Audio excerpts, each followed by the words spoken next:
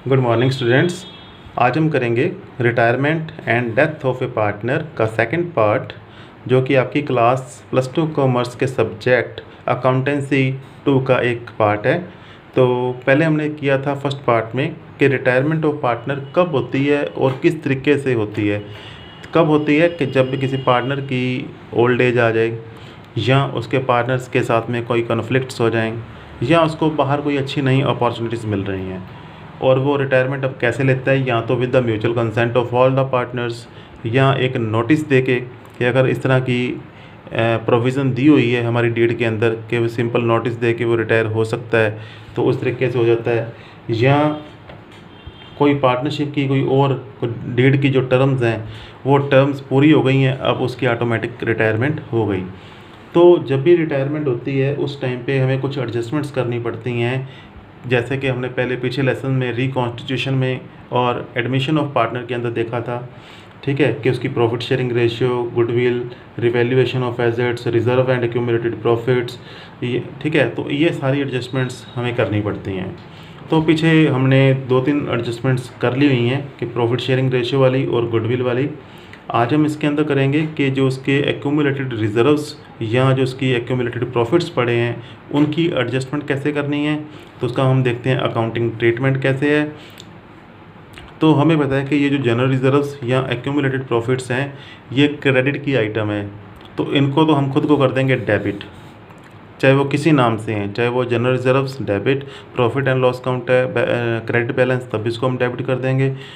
या workman compensation reserve या investment fluctuation reserves हैं, तो इन सभी को हम कर देंगे डेबिट, और जो पार्टनर्स के कैपिटल अकाउंट हैं उनको ओल्ड रेशो के अंदर हम कर देंगे क्रेडिट।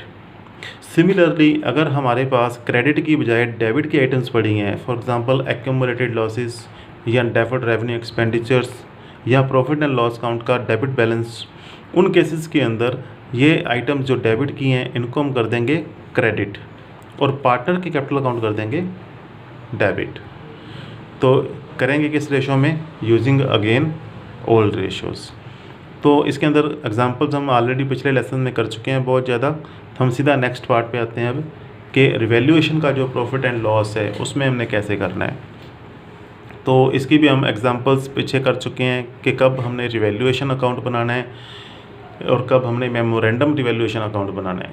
रिवैल्यूएशन अकाउंट तब बनता है जब हमने जो रिवैल्यूड फिगर्स हैं एसेट की वो बैलेंस शीट के अंदर शो करनी हो, और मेमोरेंडम रिवैल्यूएशन अकाउंट कब बनता है जब हमने जो ओल्ड वैल्यूज़ को ही बैलेंस शीट के अंदर शो करना हो। तो इसके अंदर मैंने सिर्फ आपको ये हिंट देना था। अब हम देखते हैं कि कैसे वो कंप्यूटेशन करनी है कि रिटायरिंग पार्टनर के हिस्से की, ठीक है, और कैसे उसको हमने भुगतान करना है। एक तो होता है कि उसको फुल पेमेंट साथ की साथ ही कर दें, ठीक है, सारे का सारा कैश इमीडिएटली पे कर दें, या उसकी हम इंस्टॉलमेंट्स बना के दे दें, क्योंकि ये कई बार पॉसिबल नहीं होता किसी फर्म के लिए कि इकट्ठे इतने सारे पैसे ऑर्गेनाइजेशन में से निकालना। तो इस केस के अंदर अब हम क्या करेंगे, दोनों की ट्रीटमेंट देखते हैं कि अगर तो सफिशिएंट पैसे हैं फर्म के पास तो वो सारे पैसे कैश दे देते हैं, ठीक है, कि आउटगोइंग जो पार्टनर हम कहेंगे इसको, जाने वाले को, उसका capital account debit to cash. अगर उसकी हमने इंस्टॉलमेंट्स देनी है तब हमें 3 एंट्रीज कम से कम हर एक साल करनी पड़ेंगी। पहली एंट्री कि उसका जो जितना भी पैसा उसको देना बनता है वो उसके हम लोन अकाउंट के अंदर क्रेडिट कर देंगे, क्योंकि अब वो पार्टनर नहीं रहा। तो हम ऐसे सोचेंगे जितने पैसे उसको देने हैं वो उसने हमें एज ए लोन दिए हुए हैं, ठीक है, तो उसके लोन अकाउंट के अंदर सारा कैपिटल आ गया, और जितनी देर के लिए इसके पैसे हम रखते हैं उसका हर साल उसका जो इंटरेस्ट है वो भी हम उसके लोन अकाउंट के अंदर डाल देंगे। तो इंटरेस्ट ऑन लोन जो हमारी फर्म के लिए खर्चा है और उसके लिए इनकम है, ठीक है, तो वो उसके कैपिटल अकाउंट के अंदर, उसके लोन अकाउंट के अंदर क्रेडिट कर देंगे। तीसरा, जब उसकी हम हर साल इंस्टॉलमेंट पे करेंगे तब जितने जितने पैसे उसको देते रहेंगे उतने अकाउंट से उसका लोन अकाउंट अब हम डेबिट कर देंगे, तो लोन अकाउंट टू कैश। तो ये तो था तरीका उसको पेमेंट करनी कैसे है, वन टाइम या इन इंस्टॉलमेंट्स। अब मान लो कि अब ये सारे पार्ट्स इतने ही हमने करने थे डिस्कस के अंदर। अब हम देखते हैं कि अगर पार्टनर की रिटायरमेंट की बजाय डेथ ही हो जाती है तब उसके लीगल जो उसका एग्जीक्यूटर होएगा या लीगल हीयर होएगा या उसका जो नॉमिनी है वो हिस्सेदार बन जाएगा उसके सारे अकाउंट्स के अंदर, सारे प्रॉफिट्स के अंदर और हर तरह के उसके नुकसान के अंदर भी। तो कौन कौन से चीज़ों के अंदर हिस्सेदार बन जाएगा वो? Capital account and current account, reserves and profit and loss on revaluation, उसका जो प्रॉफिट है up to the date of death, क्योंकि डेथ हो सकती है कि 3 महीने या 6 महीने के बाद हो जाए नया साल शुरू होने के, तब हम उसका भी एक हिस्सा हम उसको देंगे। तो आगे आ गया शेयर ऑफ गुडविल, कि जितनी गुडविल है उसका हिस्सा, प्लस एक नया पॉइंट इसमें देखेंगे हम share of joint life policy. साथ में हम ये भी देखेंगे इंडिविजुअल लाइफ पॉलिसी कि उनका हिस्सा हमने कैसे देना है उसको। फिर अगर कोई उसको सैलरी देने वाली बाकी थी या उसको हमने कोई इंटरेस्ट देना था, उन सभी चीज़ों का हिस्सा हम उसके कैपिटल अकाउंट के अंदर ट्रांसफ़र कर देंगे।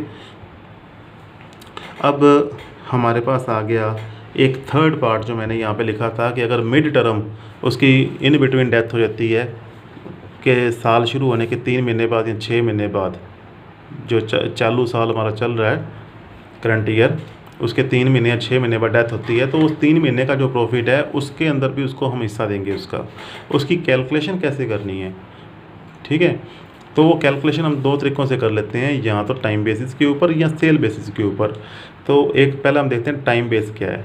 एग्जांपल की हेल्प से हम समझते हैं कि मान लो 3 पार्टनर ए बी सी 2-2-1 के अंदर पार्टनर्स हैं। ए की डेथ हुई है जिसका हिस्सा पहले ही देख लो यहाँ पे कितना है, 2 अपॉन क्या आ जाएगा यहाँ पे 5। तो उसकी डेथ हो गई 1 अप्रैल को। 1 अप्रैल, अब इसके अंदर इस क्वेश्चन में फाइनेंशियल ईयर हमारा कहाँ पे चल रहा है 31/12, मतलब 1 जनवरी से लेके 31 दिसंबर तक।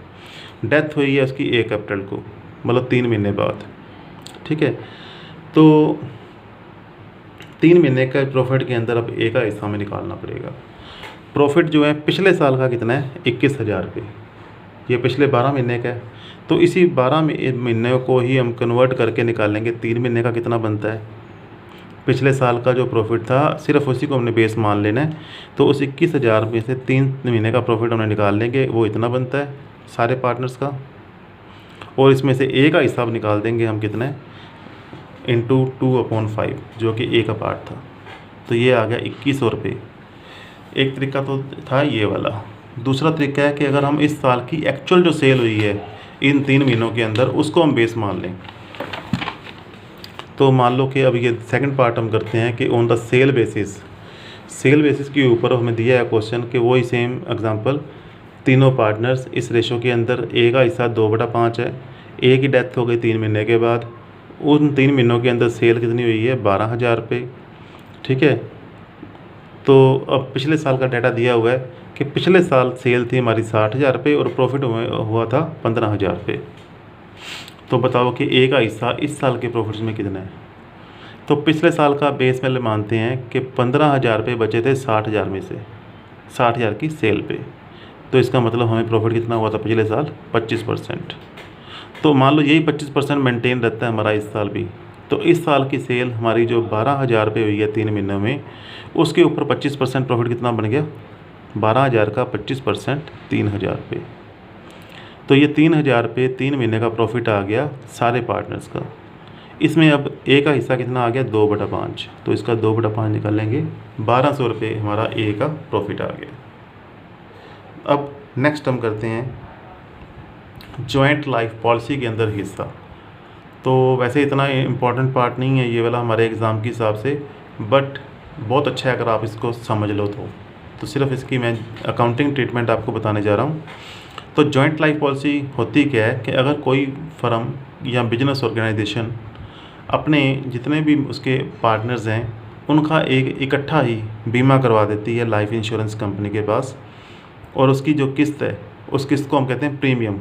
क्या कहते हैं? प्रीमियम। जो भी हम उसकी एनुअल किस्त भरते हैं, मान लो 10 साल मैंने 10 साल का बीमा करवाया है, हर साल जो उसका मैं एक किस्त भरूँगा, तो हर साल की उस किस्त का हम कहते हैं नाम प्रीमियम, ठीक है?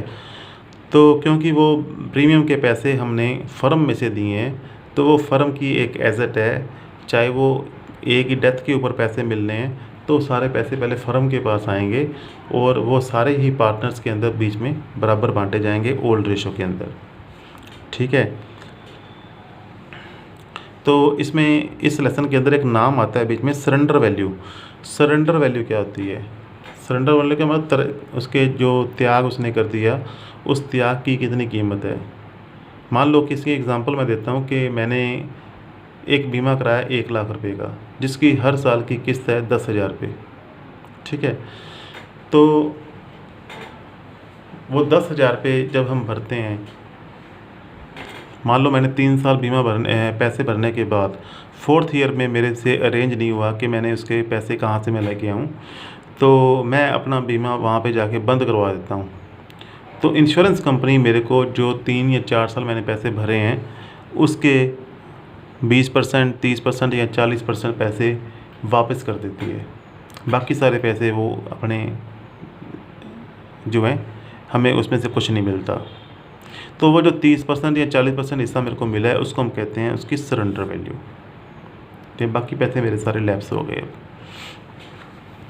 तो इस जॉइंट लाइफ पॉलिसी का जो अकाउंटिंग ट्रीटमेंट है, वो फर्म तीनों में से किसी एक मेथड से कर सकती है। वो 3 मेथड कौन से हैं? एक तो मेरे पास मेथड है कि अगर मैं जितने भी मैंने ये किस्त भरी है हर साल की, उसको मैं एक खर्चा मान लूँ, एक्सपेंस मान लूँ। या दूसरा केस है कि उसको मैं एक एसेट मान लूँ। या तीसरा केस है कि एसेट तो मैं मान रहा हूँ, बट साथ ही साथ उसके लिए एक रिज़र्व भी क्रिएट कर दूँ। तो 1 बाय 1 हम इसमें देखते हैं कि अगर हम इसको एक्सपेंस मान के चलते हैं, उस केस में क्या होएगा।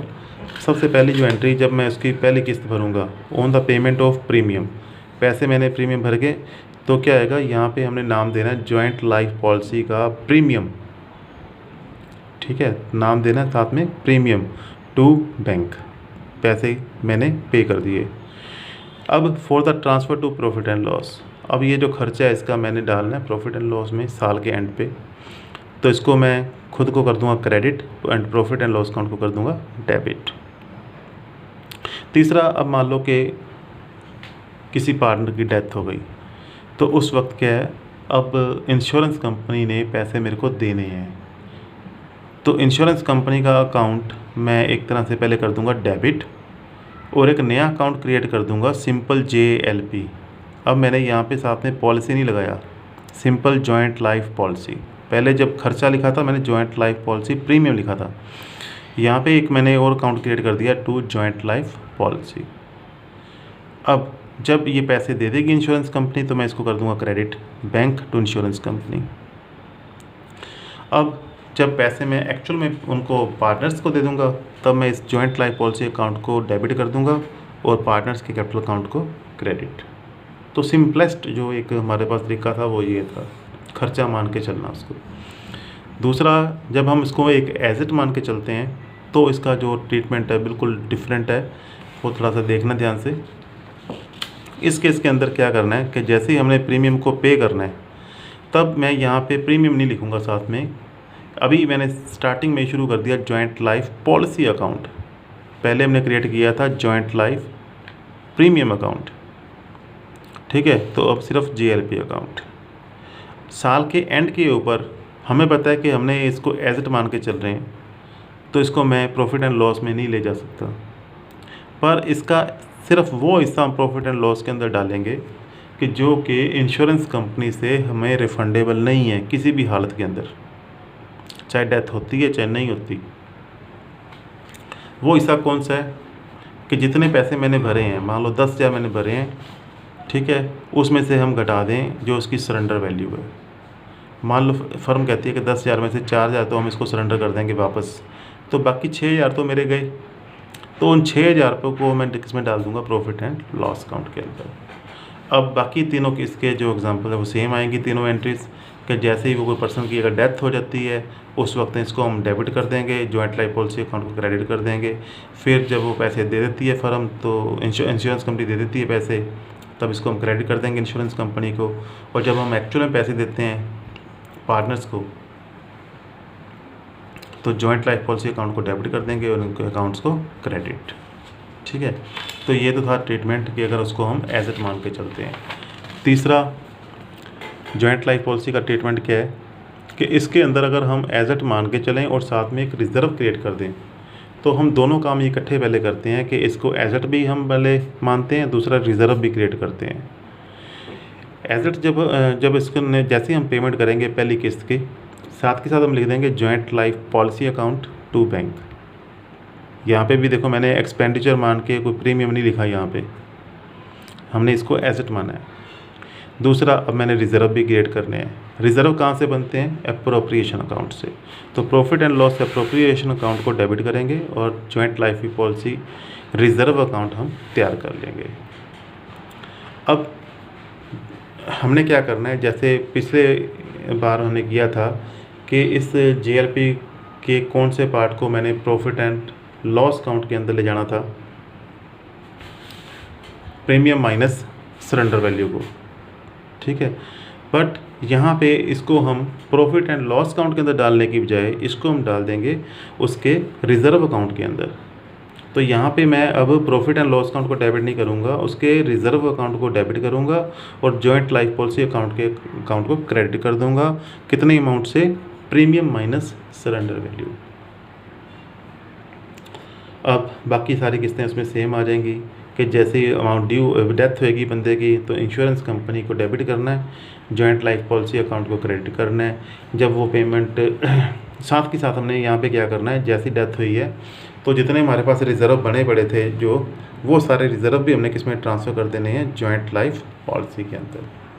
तो सारा पैसा अब रिज़र्व का भी और जो इंश्योरेंस कंपनी से मिलने हैं वो सारे किस में आ गए? जॉइंट लाइफ पॉलिसी अकाउंट के अंदर। तो जब हमें पैसे मिलेंगे इंश्योरेंस कंपनी से तब हम लिख देंगे बैंक टू इंश्योरेंस कंपनी। जब हम इसको पैसे दे देंगे पार्टनर्स को तब हम लिख देंगे जॉइंट लाइफ पॉलिसी अकाउंट को ख़त्म करेंगे और पार्टनर्स के कैपिटल अकाउंट को क्रेडिट करेंगे यूजिंग द ओल्ड रेशो। तो ये थी जॉइंट लाइफ पॉलिसी। पर अगर मान लो कि कोई फर्म पार्टनर्स की इकट्ठी पॉलिसी लेने की बजाय उनकी अलग अलग पॉलिसी लेती है, सभी पार्टनर्स की अलग अलग, उस केस में ट्रीटमेंट कैसे रहेगा? तो इसको भी थोड़ा सा एक ब्रीफ आइडिया आपने लेना है कि अगर इंडिविजुअल लाइफ पॉलिसी लेते हैं, ठीक है, तो अगर ये पॉलिसी हमने ली हुई थी, सभी की अलग अलग पॉलिसी थी, पार्टनर किसी अगर एक की डेथ होती है किसी की, तो उसके जो एक्सिक्यूटर्स हैं, जो इसका जो नॉमिनी होएगा ए का, उसको क्या क्या मिलेगा? एक तो अपनी पॉलिसी के अंदर से हिस्सा मिलेगा उसको जो इंश्योरेंस कंपनी से मिलना है, और दूसरा हिस्सा उसको मिलेगा कि बाकी पार्टनर्स के जो पॉलिसीज़ हैं उनकी सरेंडर वैल्यू का हिस्सा, ठीक है, उनकी सरेंडर वैल्यू का। देखो यहाँ पे मान लो कि 3 पार्टनर थे, वही 5 3 2, सभी की अलग अलग इंश्योरेंस है, 20,000 रुपये, 15,000 रुपये और 10,000 रुपये। प्रीमियम फर्म भर रही है प्रॉफिट एंड लॉस अकाउंट को चार्ज करके। सरेंडर वैल्यू जो उनकी है वो है 40%। Pass general entries if P dies on 31/3/16 कि अगर 31/3/16 को पी की डेथ हो गई तो इस केस में हम देखते हैं कि पी की डेथ हो गई, पी का शेयर कितना था? 5/10। पी की पॉलिसी कितने की थी? 20,000 की। तो ये जो 20,000 कंपनी की तरफ से मिलने हैं तो इंश्योरेंस कंपनी को तो मैं कर दूंगा डेबिट और पार्टनर्स को तीनों को ही हम करेंगे क्रेडिट, चाहे पॉलिसी सिर्फ पी की थी, चाहे पॉलिसी सिर्फ पी की थी, पर तीनों पार्टनर्स को हम करेंगे क्रेडिट। किस रेशो में? ओल्ड रेशो के अंदर। तो इस 20,000 में तो सभी को हिस्सा मिल गया। तो अब पी ये भी कह सकता है कि आपने तो मेरी क्यू और आर ने मेरी पॉलिसी में से हिस्सा लिया है, तो मेरे को भी आप अपनी पॉलिसी के अंदर हिस्सा दो, चाहे इनकी वो डेथ नहीं हुई, पर जो इनके बीमे हैं उनकी सरेंडर वैल्यू तो है, कुछ ना कुछ पैसे तो हमें मिलने होते हैं। तो सरेंडर वैल्यू के अंदर ये क्या चाहता है? पी अपना हिस्सा। तो हमें पता है कि उसके बाकी पार्टनर्स जो हैं उनके वैल्यू थी 15,000 और 10,000। 15 और 10 25,000 का 40% हमें क्या मिलना है? Surrender value. तो इस 40% हिस्से के अंदर अब जो 10,000 रुपये है वो किसको मिल जाएगा? ये पी को। तो पी के कैपिटल अकाउंट को हम कर देंगे क्रेडिट उसकी सरेंडर वैल्यू से। ठीक है। और ये पैसे भरेगा कौन, कैसे कैसे कि 10,000 ये दे देंगे क्यू और आर की कैपिटल अकाउंट को डेबिट करके उनकी गेनिंग रेशो के अंदर। और गेनिंग रेशो कैसे निकालनी है आपको पहले बताया हुआ है।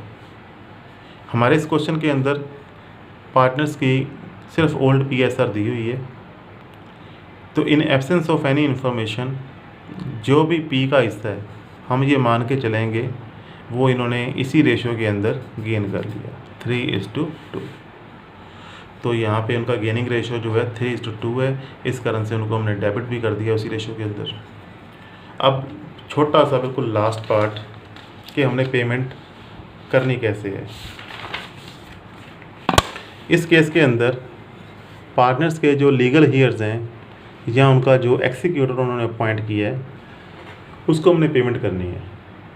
और अगर मान लो कि हम उसको इंस्टॉलमेंट के अंदर पेमेंट करते हैं तो कैसे करेंगे। सबसे पहले पार्टनर का कैपिटल अकाउंट को तो कर देंगे डेबिट और इस एग्जीक्यूटर का जो अकाउंट है उसको कर देंगे क्रेडिट। सिमिलरली अब उसके जो कैपिटल के ऊपर जो ब्याज बनता है जो हमने देने उस इंटरेस्ट को हम करेंगे डेबिट और उसके एग्जीक्यूटर के अकाउंट को अगेन कर देंगे क्रेडिट। तो जब हम एक्चुअल में इसको पेमेंट देते हैं एग्जीक्यूटर को तब उसके एग्जीक्यूटर का अकाउंट कर देंगे डेबिट, 2 हो जाएगा कैश। तो इस तरह से उसकी इंस्टॉलमेंट की पेमेंट हो जाती है। अगले साल फिर उसकी वही तीनों एंट्री होएंगी, तीनों की बजाय 2 एंट्रीज होएंगी, एक तो ये वाली और ये वाली, कि दोबारा फिर अगले साल का इंटरेस्ट उसके ऊपर उसमें डाल देंगे, दोबारा फिर वो किस्त ले जाएगा। सिमिलरली जितने सालों की इंस्टॉलमेंट्स बनाई हैं उतने साल उसको हम इंटरेस्ट देते रहेंगे, साथ में उसको एक इंस्टॉलमेंट देते रहेंगे। आज के लिए इतना ही। Okay students.